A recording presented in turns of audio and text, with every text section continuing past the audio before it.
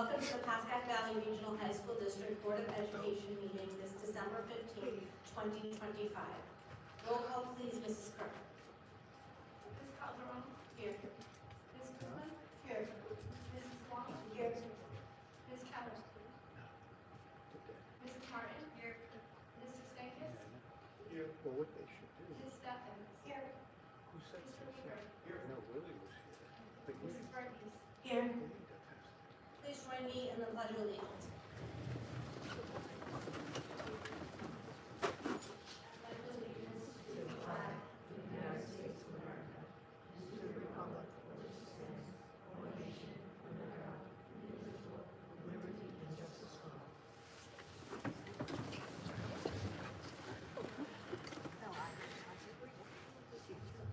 Adequate notice of this meeting has been provided by mailing copies of said notice to the record, filing copies of said notice with the municipal clerks of Hillsdale, Montvale, Rivervale, and Woodcliff Lake, and publishing said notice in the record on July 2nd, 2025.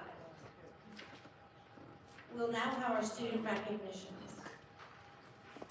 The first one will be for the Bergen Record Athlete of the Week, September 4th, 2025, football.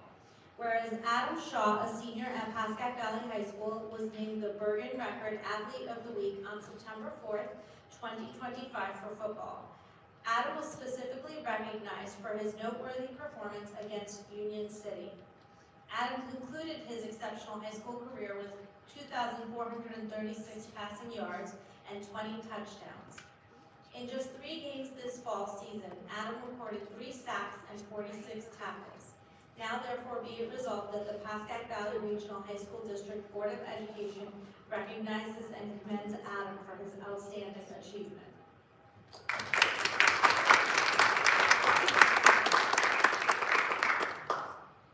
Is Adam here? No.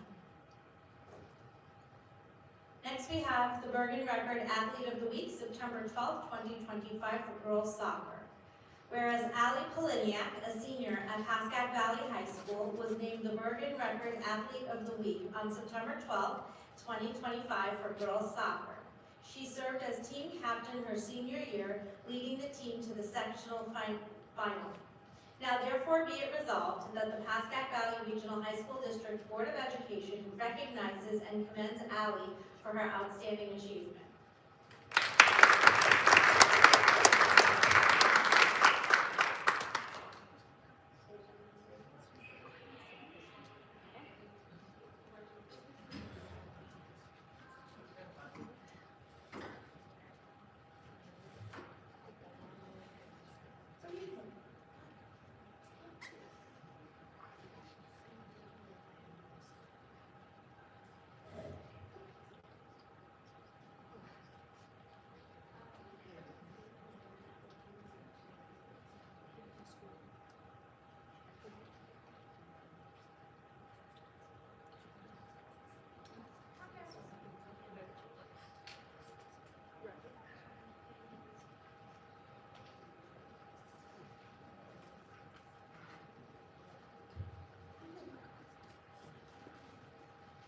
Next, we have the Bergen Record Athlete of the Week for October 17th, 2025 for volleyball. Whereas Madeline Romero, a senior at Pascack Valley High School, was named the Bergen Record Athlete of the Week on October 17, 2025 for volleyball. Madeline was recognized for assisting the Panthers in advancing to the Bergen County Championship bracket quarterfinals. Madeline concluded her impressive high school career with 1,014 digs. Now therefore be it resolved that the Pascack Valley Regional High School District Board of Education recognizes and commends Madeline for her outstanding achievement.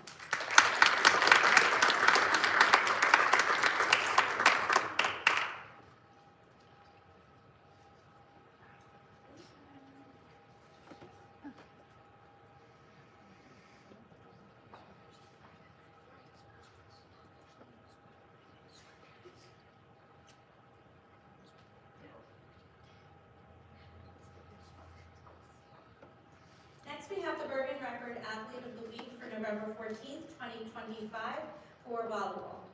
Whereas Eva Myers, a senior at Pascack Hills High School, was named the Bergen Record Athlete of the Week on November 14, 2025 for volleyball. Eva was specifically recognized for her performance during the team's state playoff debut. Eva recorded 225 kills, 35 aces, 19 blocks, and a 280 hitting percentage in her senior season, and concluded her accomplished high school career with 364 kills, 44 blocks, 117 digs, and 53 aces. Now therefore be it resolved that the Pascack Valley Regional High School District Board of Education recognizes and commends Eva for her outstanding achievement.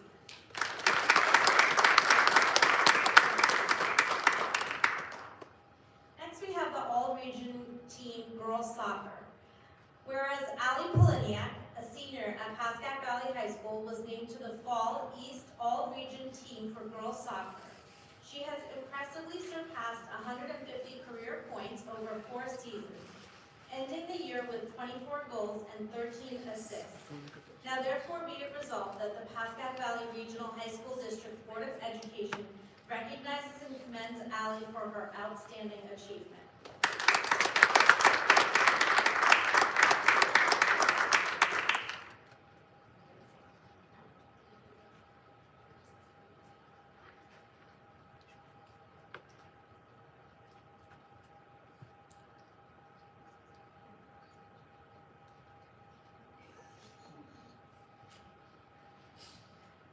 Next, we have the first team All-County.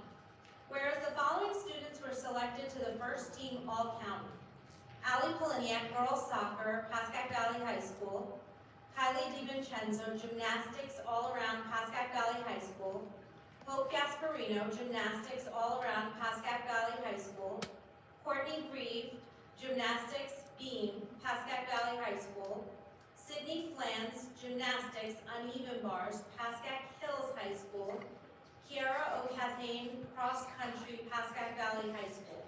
Now therefore be it resolved that the Pascack Valley Regional High School District Board of Education recognizes and commends these students for their outstanding achievements.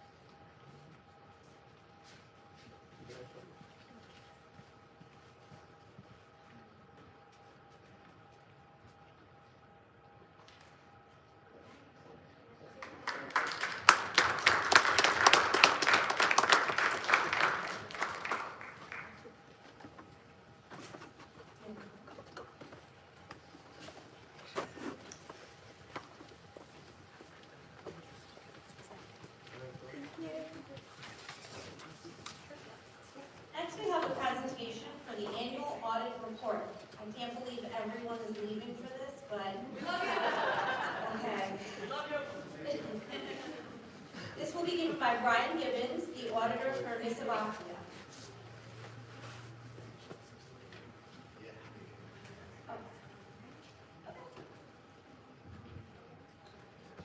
Let's start with original numbers. Let's go on to So we are going to move on to routine matters as we are just waiting for Mr. Gibbons. Next, we will have the interim superintendent report by Mr. Phillips. Thank you. I'd like to congratulate our student recipients. I understand the difficulty of managing academics and extracurricular activities, so I commend you on your successes inside and outside of the classroom. I want to congratulate staff members who are recognized as Teacher of the Year and Educator Service Provider of the Year. At Pascack Hills High School, Jan Yum, a history teacher, and Jenna Howard, the school counselor, were recognized. And Pascack Valley High School, Craig Goremko, the band teacher, and Natalie Bird, child study team member. So congratulations to those individuals. It was a lot of fun. We were able to announce that those award winners in their classroom or their office space without them being aware of it, so we had some great reactions. Our construction projects, at Milestone, the exterior ramp is currently being constructed. We did find a broken exterior pipe while excavating. We replaced that pipe on Friday, and the project is moving forward. At Valley, our HVAC project in cafeteria is slowly progressing. The kitchen ventilation hoods are the last items that need to be completed. Once they are ready, we will have a building inspection, and the health inspector will come, and then we'll be open for operations. Also at Valley, the auditorium, we met with our contractors last week to discuss progress. We are hoping the project will be completed by the end of January. And also at Valley, we've installed the visitor management system. It's up and running. Parents along with other visitors will now have to show identification upon entering the building, and will be given a visitor lanyard to wear. I want to thank the custodial and maintenance staff for their dedication. We had 2 recent events that showed their commitment and their efficiencies. Yesterday, we had a good accumulation of snow on a Sunday. Typically, you wouldn't think that we're that concerned about it, but we do have a lot of outside local organizations using our buildings during the weekend. We were able to clear the lots and the walkways, so nothing was canceled or postponed. Then on November 20th, for those at Hills might remember, we did have a power failure, and we had to cancel school for the Hills students and faculty. We were fortunate to have our skilled maintenance staff available to complete the work in-house. Otherwise, we may have experienced a multi-day closure. We're very fortunate to have individuals who can handle these emergencies and who are licensed to do so. So I'm very thankful for them. I want to recognize some individuals because I know it's a very difficult decision when it comes to retirement, and it's always bittersweet for the district. We have a couple staff members who have decided to put in their retirement papers and will be retiring at the end of the school year, so I want to congratulate them and wish the best as they finish the school year. Mary Ann Simic, who's Executive Secretary at Pascack Hills, who has worked here for 29 years, and Natalie Mackey, a science teacher here at Hills, and she's been with us for 21 years. I want to congratulate Cindy Kirk for making it through her first audit with flying colors, and our auditors will be here a little bit later and speak further about those results. We are at the beginning stages of our 26-29 school budget. Individual budgets have been submitted. Cindy and I are now meeting individually with our directors and administrators to review their budgets. Once that process is complete, the entire district budget will be constructed and examined to determine our next steps. One of my responsibilities as the superintendent is to monitor legislative action, and I just want to inform the public and the board that there's been a lot of chatter downtrend about cell phones in school. So keep your eye on it. There might be some changes that are happening down the road real soon. And the last thing is our next meeting is our reorganization meeting on January 7th. So I do want to wish everyone a peaceful and enjoyable holiday season. Thank you. Thank you, Mr. Phillips. Mr. Rubens is here, and so he will now present the annual audit report as he's the auditor from Ms. Avacchio.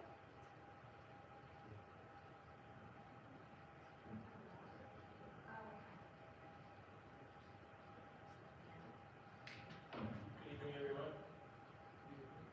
My name is Brian Rubens. I'm a principal with Ms. Avacchio, the auditing firm. Valerie Dolan, the partner, unfortunately had another meeting tonight, so I'm covering for her. So I first wanted to say thank you to Cindy for putting up with us for another audit. I know it was a stressful time, but I think we have a good relationship with each other and for a few years now. And she was a huge help during the process, getting through everything. Her and her staff were very accommodating and handled all of our requests in a timely manner to be able to get through. So, and I know it was a transition period for Cindy's first full audit as the business administrator, but from our point of view, it was a really seamless transition and very, very consistent. With that being said,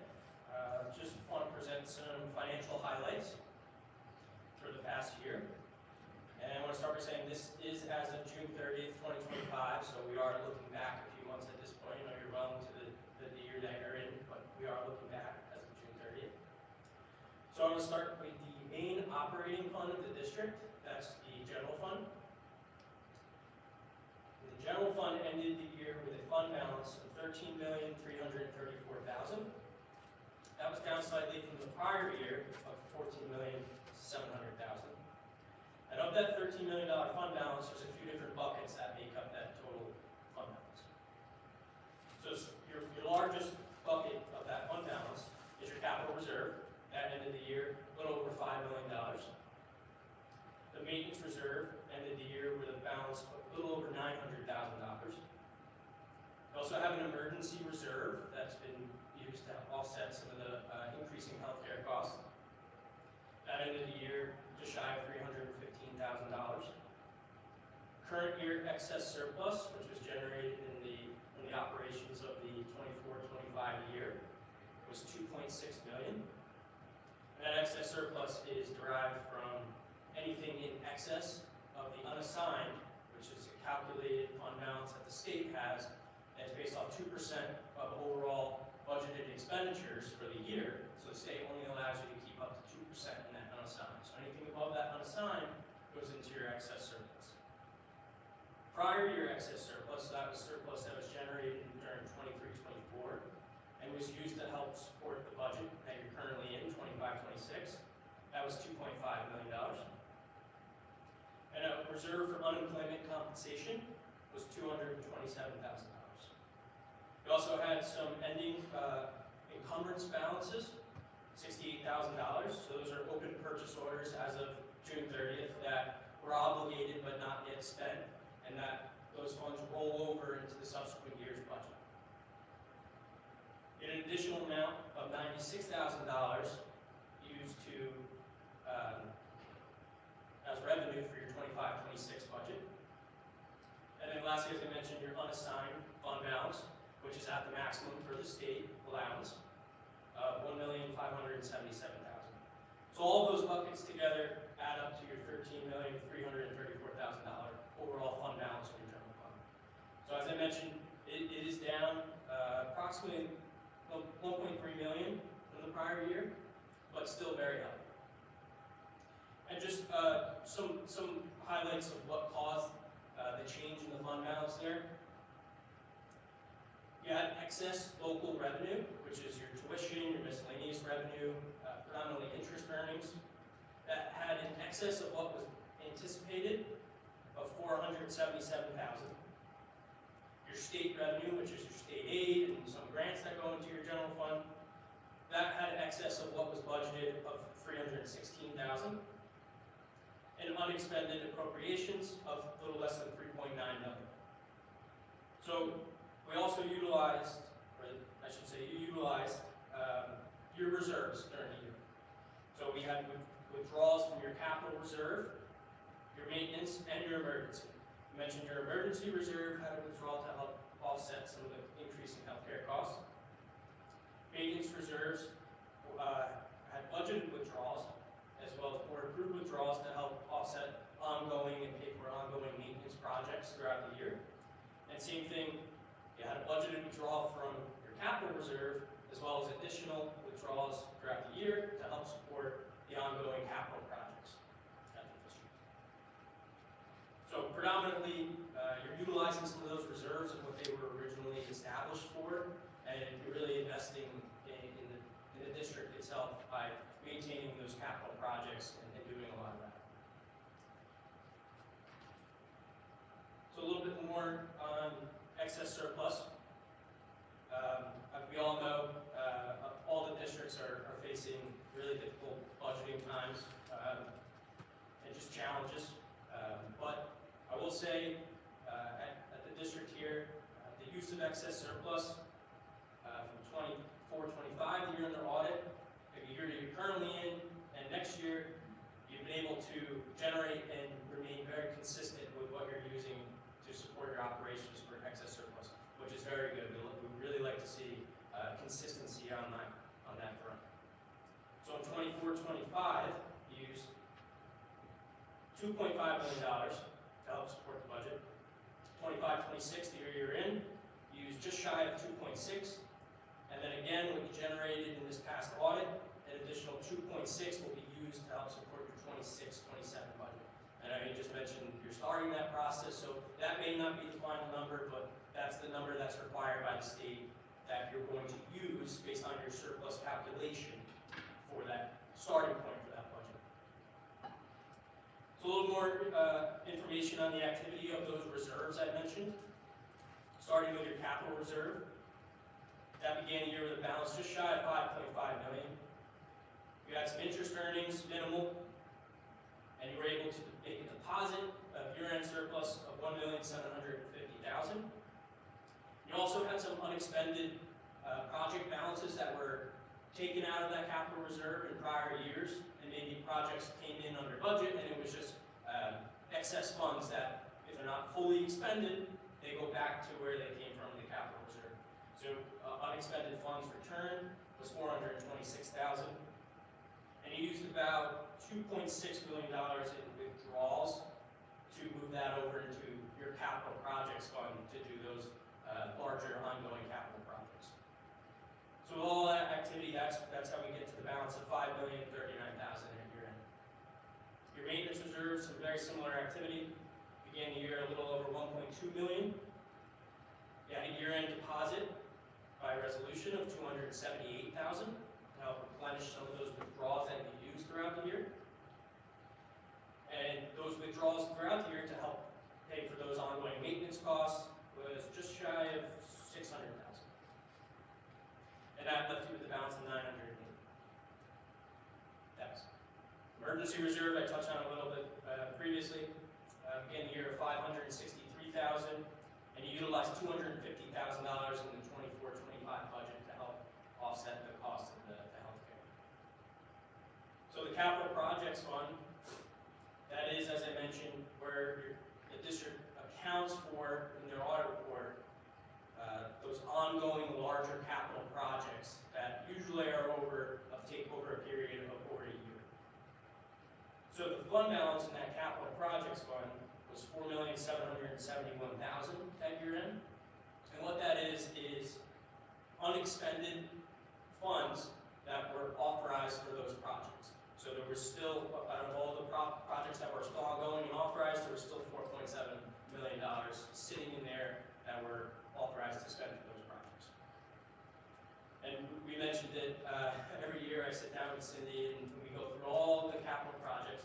And there's quite a few, I think, of all the districts that I see that your district has the most going on, which is a testament to how organized everybody is in the business office to be able to keep track of all that stuff going on.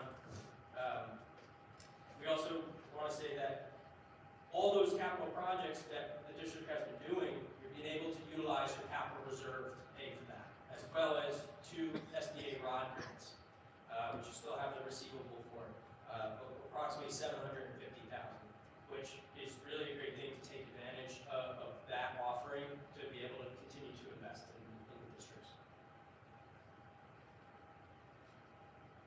Moving on, just a snapshot of the long-term liabilities for the district. As of June 30th, you're able to pay down your existing serial bonds, leaving you a balance of $7.7 million. Related to those outstanding serial bonds are what's called unamortized bond issuance premiums. So when those bonds were issued, the district received a premium, and over the life of the bonds, as you pay them back, that liability is related to that will go down and is amortized. So as those bonds are paid off, that liability goes down with it. We paid down some of the outstanding leases, leaving you the balance of $574,000 remaining. Paid down a capital lease, we used to call it, now called finance purchase, of $670,000. Your compensated absences, so that is the liability for all eligible employees' unused sick and vacation time. That decreased from the prior year and ended at $977,000. So that's, like I said, a long-term liability. It's not a liability that's going to really come due. I did hear a couple teachers put in their for their retirements, but it's not a liability, and that's everybody as of June 30th. Not everybody's going to retire. So that's something that's budgeted for and forecasted, but is notice that a large liability like that would not come knocking so probably. Lastly, the net pension liability for the district decreased a little less than $750,000 from the prior year and ended at $10,717,000. And that's determined by the state of New Jersey's actuaries and all information that comes from them, but we are required to include that as a liability in the district's report. And again, not a liability that will have to be paid out shortly. That's over the life of all the employees in that pension system. We're also happy to report no findings and recommendations this year. Cindy, that's a great job. Very happy about that. And just two suggestions that we are putting in all of our district's reports. Just really some language that deals with two new accounting standards that are going to be applicable for next year's audit. Nothing that's going to impact the district's day-to-day operations. It's really dealing with improving some of the financial reporting models in our audit report. So you'll see next year in the audit report, there's just going to be maybe a couple pages that look a little different or improved, and it's really dealing with just improving the reporting that we're showing and including more detailed analyses and things of that nature. But just something we want to make you aware of that is on the horizon. So with that, we'd be happy to answer any questions or clarify anything. Any questions? Anyone want to clarify? Thank you, Mr. Green. Thank you, everyone. Appreciate you. Right, And thank you to you and your team for your help throughout the year and during the audit. You're always very helpful. And thank you, I just want to thank the business office staff as well, because we couldn't get to where we are with our audit without their everyday, very hard work. So thank you to them as well. Great job, team. Yeah, we as a board would like to thank Cindy and the board office also. We truly appreciate it very much. Thank you, everyone. Thank you. Next, we have the negotiation committee report for November 19th, 2025, which I will give. We had a initial meeting to just go over the negotiation that we have for this coming up soon with the PPRSSA, and it really, we didn't come to a conclusion on anything. It was just really a meeting before the negotiations. So that's that. Anyone have any questions about the negotiation? Okay, next we have the Finance Committee report for December 4th, 2025 by Mrs. Martin. Hello all. So I really don't need to add much to what Mr. Gibbons just said, other than, mine's very short. Again, a huge thanks to Cindy. It came up over and over again in our meeting with the partner, Valerie Dolan, and obviously Ron Gibbons, about how easy you were to work with and how it was done well, so it made their job easier. And very proud to say there were no official recommendations, so kudos to you guys. Thanks again for all you do. Thank you, Mrs. Martin. Next, we have the Policy Committee report for December 9th, 2025 by Mr. Stiles. Yeah, we had the policy committee meeting last week, and basically it was just a couple of issues came up. One regarding the freedom to read summary, and that's basically a policy that protects libraries, library materials. There's a process that you have to go through now in order to, if somebody challenges materials in the library, so we just want to make sure that policy protects the libraries, the librarian, and also resource materials, and that was a different area that we had to update some language in that. And then there was just a few things about use of vehicles at Pascack Hills in regards to parking spaces. If you want to know, we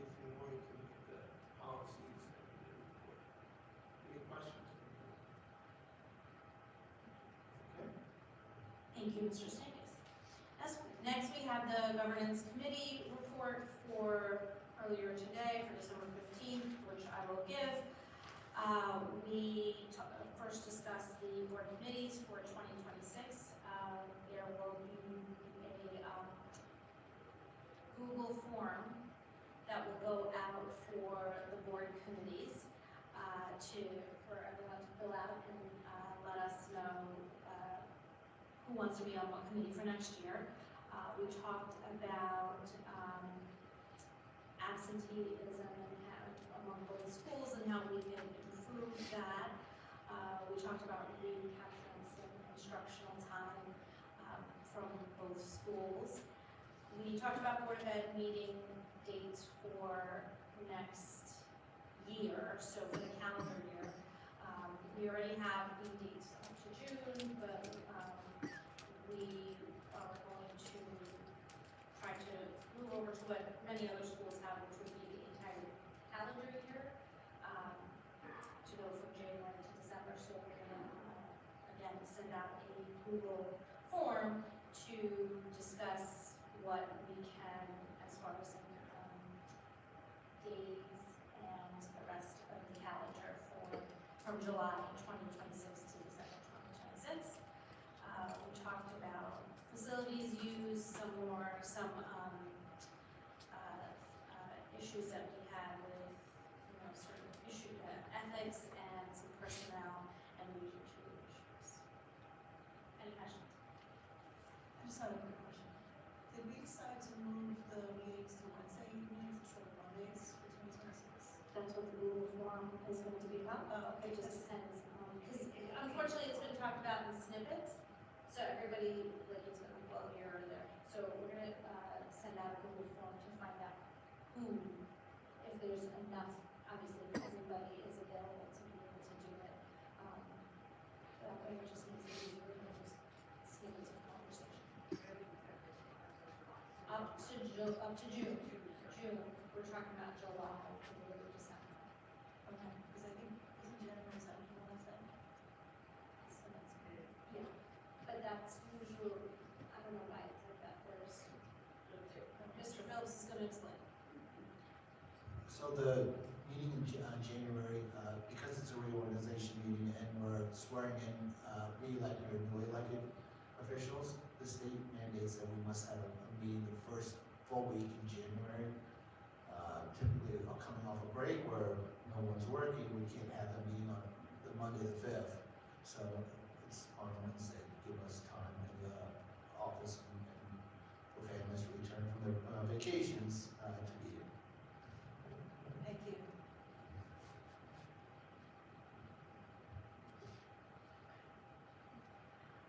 Next, we have the student reports. First, we have Pascack Hills High School report by Stephanie Young. Hi, so discussing item number 1. On Thursday, December 1st, 2025, Pascack Hills First classes had the opportunity to attend a field trip to the Patisserie Cafe located in Madison, New Jersey.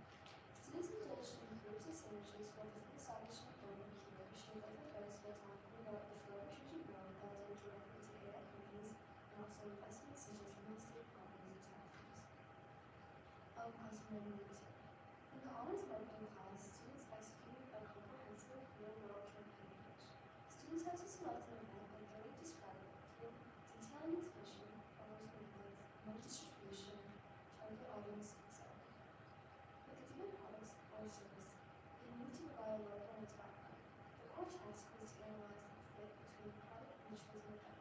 Students devised a marketing strategy on Canva to identify the exact consumer emotions, outlining a multi-channel social media and integrated marketing communications execution plan, explaining how the strategy could be business as an approach. Lesson number 3. In Mrs. Caruso's honors forensics class, Pascack Hills seniors had the opportunity to conduct lab experiments on rats, determine this plan, effects, and organism disease. Modern organism parallels the human body, and forensic scientists try to determine the post-mortem and evolve and the body's normal organism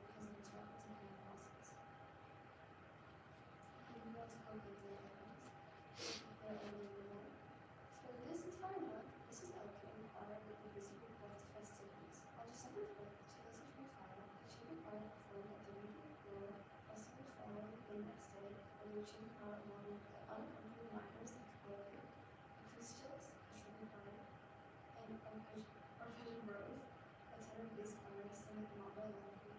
Last week, Rose was performed at the Richie concert at Pascack Hills on December 10, 2024, and at the Sunrise Union Later on this month, the choir will be taking a trip down to the Crystal and Lakewood Middle School overlooking on a concert tour to recruit and promote students to be part of the music department. For the holiday break, we will catch the traditional chamber choir caroling at Pascack Hills on December 23, 2025. Co-curricular item number 10. The project privacy program is currently underway. While it has been a slow start, they are optimistic that they will finish strong. Reflecting new, unwrapped toys for children from infancy through to age of 12. All digital toys are distributed directly to families in need by the New Jersey Community Development Corporation, Region and CDC, a nonprofit organization dedicated to inclusion and community outreach. Last year, they collected 1,878 toys, and it would be awesome if they could bring that up like last year's record. When students are involved in the numerous aspects of the toy drive, they visit the Great Falls Museum to help organize donations, box space for families, and create decorations for local restoration. Each group of students then visit the youth center where they have a great time and take their opportunities to give back. The toy drive has become an important holiday tradition, one most students look forward to each year. Thank you so much for your continued support. Co-curricular item number 3. Pascack Hills Modern Medicine proved another successful Princeton Modern Conference. For a few days, students had the opportunity to compete for awards, improve public speaking skills, and research for their categories. With the help of advisor Ms. Seaman, parent Caitlin Manager, and Manu Al, an outstanding delegate representing the delegation of Vietnam in the economic advantage community. In addition, Zara is known on verbal commendations for taking on the role of David Kaplan in the Equal Rights Amendment campaign. Congratulations to the students. As always, the Model Young team is looking forward to the St. Peter's Mountain later this year. Athletic items. Athletic item number 1.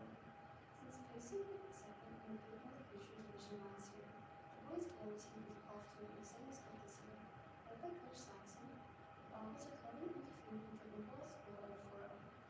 For the week of December 15th to December 19th, 2025, they'll be taking on Marvel and Patterson County. In addition, Alex Mateo is currently leading the team with an average of 184 and 92, and his highest game he has scored 246 points. The team is excited for this upcoming season. Athletic item number 7. The Pascack Hills High School wrestling team is highly motivated as they officially kick off their season. Following the week of intense off-season conditioning, the team has transitioned into eagerly preparing for the upcoming matches. On December 13th, the team had their match at Bendy Relay Tournament in Delaware Valley Regional High School with their 5th year at this tournament. Hassan Shawkat and Dylan Cahill, 2 seniors of Pascack Hills, both secured champions titles. Further strong showings include Maxim Gaff, who secured 3rd place with a 3-1 record, 3 wins, and Ashton Bennett and Hudson Ramona, who contributed by placing by earning 4th place for their team. Adding the season's success, Carolina Soda won the Belfort Girls Tournament, securing a flawless 3-0 performance with the first 3 wins. Pascack Hills wrestling team is proud of their strong start and expect to build on their momentum through the season. Athletic item number 3. In the upcoming season, led by Captain Brian Silver from Pascack Hills High School, the girls' swim team is excited to compete after finishing 2nd place in the Big North Women's Division last year with a record of 4-0.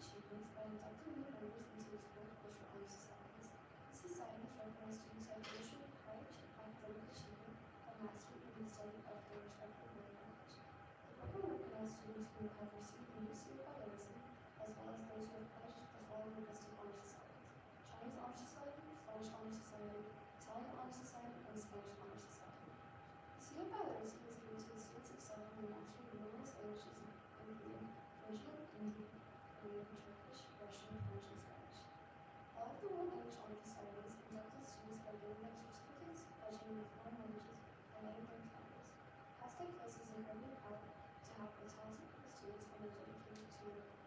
and a dedication to language development. For my fun fact, Jingle Bells was originally written for Thanksgiving, not Christmas. And for my joke of the day, what's a Christmas tree's favorite candy? Ornaments. This concludes my report for the Board of Education for December 2025. Thank you, Stephanie.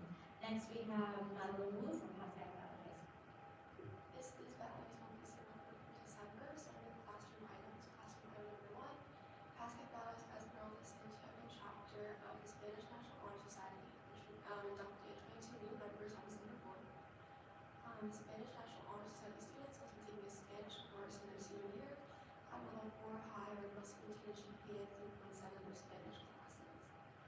Students volunteer to participate in service/charitable works and activities, including at least 6 hours of school/community service. Moving on to co-curriculars, co-curricular and number 1 is the History Club continues its annual tradition of writing letters to our alumni in the military service. The club teamed up with our local American Legion to initiate the letter drive, which is always well received by the PV community and appreciated by the men and women in service. Thank you to all students and classes who wrote letters and call cards. For co-curricular, number 2, the Environmental Club hosted a December Youth Toy Drive where they collected hundreds of gently used toys from the community and donated them to the Joyous Angel homeless shelter in Eastport, New Jersey, and keeps toys out of landfills and brings others joy. For co-curricular and number 3, the PVB Club members performed an inquiry-based hands-on lab practical that explored bee biology and bee equipment. They are also planning to sell money sticks as a fundraiser in December. Co-curricular and number 4 is the Pascack Valley Modeling Event at the Great First Conference on November 15th at Applied Technology High School in Paramus, New Jersey. Students work together representing a variety of countries to solve real-world issues related to security, human rights, education, and culture. A special congratulations to sophomores Claire Nam and Charlie Wasserman for winning Best Petition Paper representing Ukraine. In addition, on December 12th, several modeling students, Mrs. Rams and Mr. Walter, attended a field trip to the UN headquarters in New York City, where they enjoyed a guided tour and gained great insight into the United Nations. Co-curricular and number 5 is this past month, the Interact Club held its annual toy drive where they collected toy donations from students in their club and donated them to children in need. Through the generosity of members, this initiative directly brings joy and makes tangible differences in the lives of children during the holiday season. For athletic items, athletic item number 1 is congratulations to Coach Jeff Jasper being appointed as a member to the Younger New Jersey Coaches by the NJBCA, New Jersey Basketball Coaches Association. In addition, the WBCA Women's Basketball Coaches Association has selected Coach Jasper to mentor coaches throughout the county and country. Coach Jasper stated, I'm excited to share how all these new coaches, aside from New Jersey, I have coaches from Florida, North and South Carolina, Pennsylvania, Mississippi, and Kentucky. Congratulations to Coach Jasper on both coaching goals. For my fun facts, the PVC government hosted another successful Valley Cup. The day before the big break, it was a spirited week, culminating in an exciting assembly. Highlights were an entertaining relay and speedball tournament. And then for my joke, I had how do mountains stay warm in the winter? They put their swim caps on. This concludes our report. Thank you, Madeline. I'd like to just talk about one other thing. So we have been updating everyone on the superintendent search. We as a board have asked Mr. Phillips to stay on for another year or so, essentially until April 30th, 2027.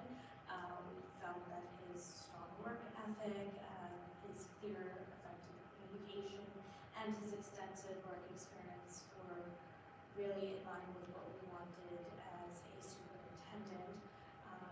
Also, in light of his extensive work experience, he's been able to guide and mentor some of the new hires in the board office.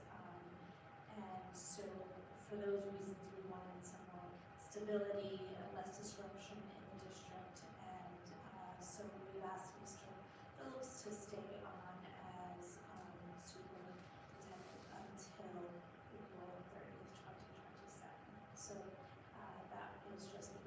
acting on the superintendent search as of right now.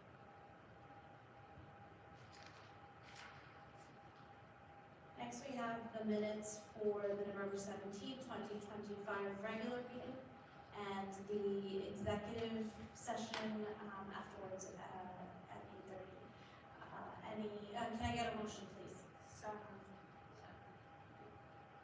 Any discussion? Roll call, please. Ms. Burke? Ms. Calderon? Yes. Ms. Guzman? Yes. Mrs. Wong? Yes. Mrs. Martin? yes. Mr. Stankus? Yes. Ms. Stefan? Yes. Mr. Weaver? Yes. Mrs. Marquez? Yes. Next, we have comments from the public. Citizens are invited to make comments regarding agenda items and are limited to 3 minutes. According to the Pascack Valley Regional High School District Board of Education Policy Number 0167, persons wishing to speak must, upon being recognized, rise, sign in, and state their name, town of residence, and which agenda item they will be referencing. Anyone who would like to speak from the public? Okay.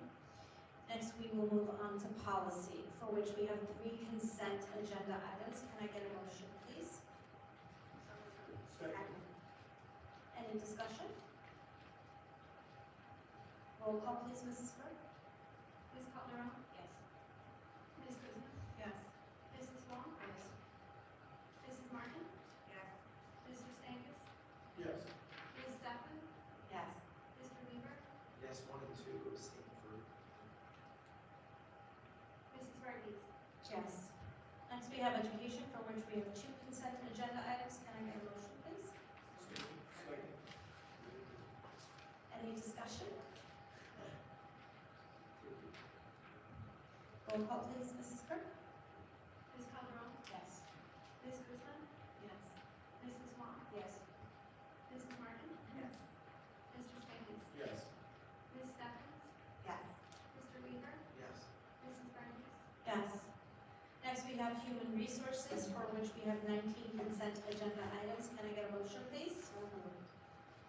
Second? Second. Any discussion? Roll call, please, Mrs. Burke? Ms. Calderon? Yes. Ms. Guzman? Yes. Mrs. Wong? Yes. Ms. Kevin? I'm sorry, absent. Mrs. Martin? Yes. Mr. Stankus? Yes to everything, abstain from number 2. Ms. Stefan? Yes.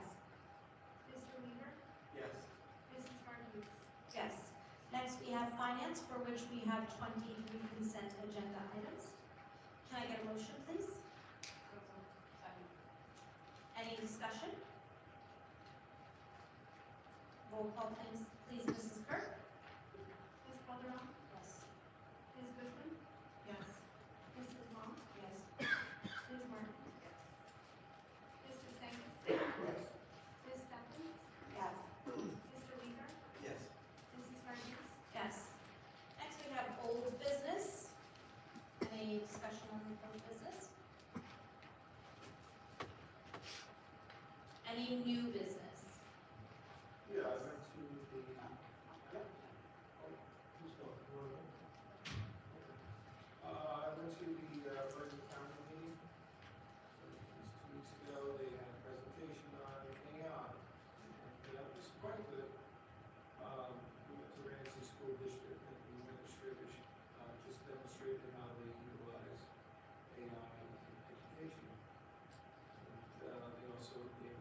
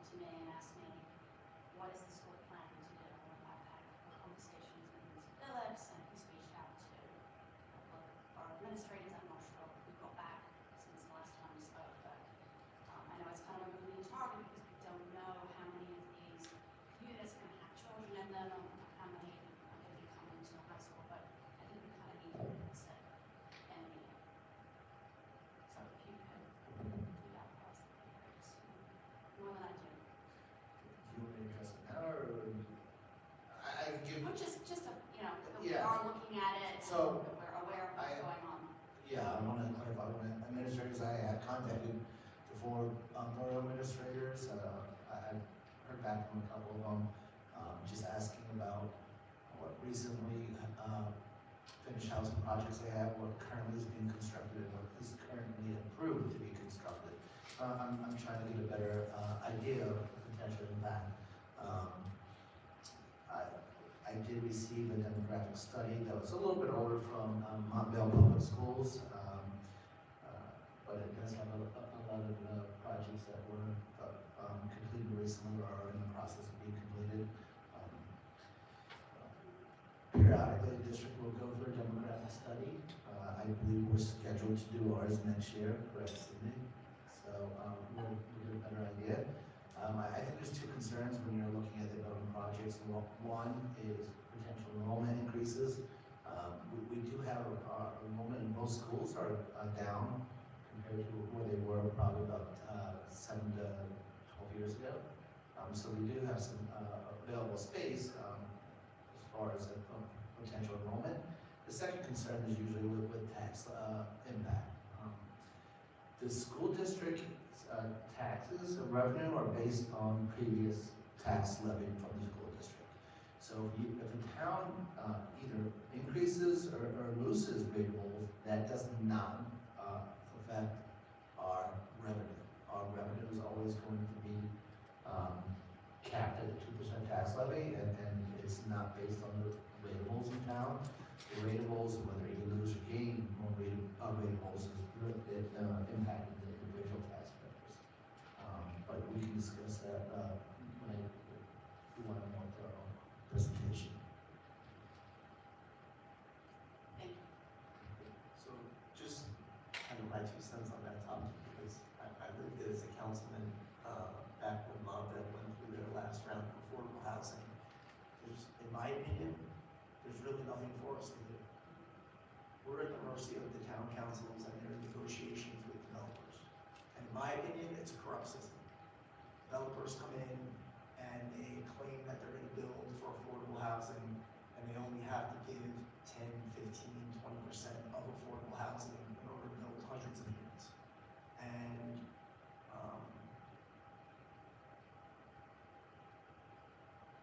when a council is negotiating with a developer, that really is like crucial to what we have to then plan for.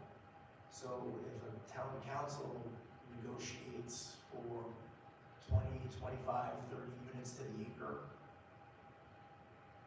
it's a problem. When you see some towns that are able to negotiate for 10 to 15 units per acre, that's advantageous to the school district. So for any resident who is curious about what the school is going to do, I would encourage any resident in the 4 towns to focus on their town council and their town council meetings and the negotiations that are happening between their council and the developers, because we have no say in that. And it was interesting for me to read that Woodcliff Lake has negotiated a pilot with the developer that's coming in for BMW, and not to get into the politics of it, but when you negotiate a pilot, it's much different than when you don't, and potential impacts on schools. So we're not the people to come talk to. We just have to kind of, I don't want to say problem, but we have to deal with the problem of increased enrollment, and we don't have a say in the decisions that are made. So again, anybody who has questions, I know when your town council meetings are.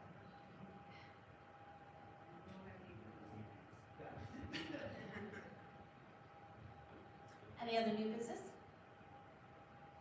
Okay. Next, we have comments from the public. Citizens are invited to make comments and are limited to 3 minutes according to the Pascack Valley Regional High School District Board of Education Policy Number 0167. Persons wishing to speak must upon being recognized, rise, sign in, and state their name and town of residence. Anyone? Seeing as how there's no one, can I get a motion to enter into executive session, please? There will be no action, I believe, right? We're not voting, no action taken in the executive session, so we will adjourn during some there.